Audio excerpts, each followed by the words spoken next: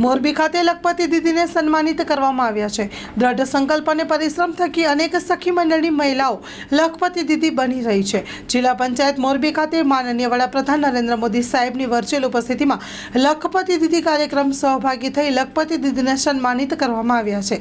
આ અવસરે મોરબી જિલ્લાના લખપતિ દીદી બહેનોએ રિવિલંગ ફંડ અને CFSI ચેક વિતરણ કરવામાં અવસર પ્રાપ્ત થયો છે। આ પ્રસંગે રાજ્યસભાના સાંસદ કેસરીસિંહ ઝાલા તેમજ અન્ય પદાધિકારીઓ મહાનુભાવો ઉપસ્થિત રહ્યા હતા। Story report by Himanshu Solanki.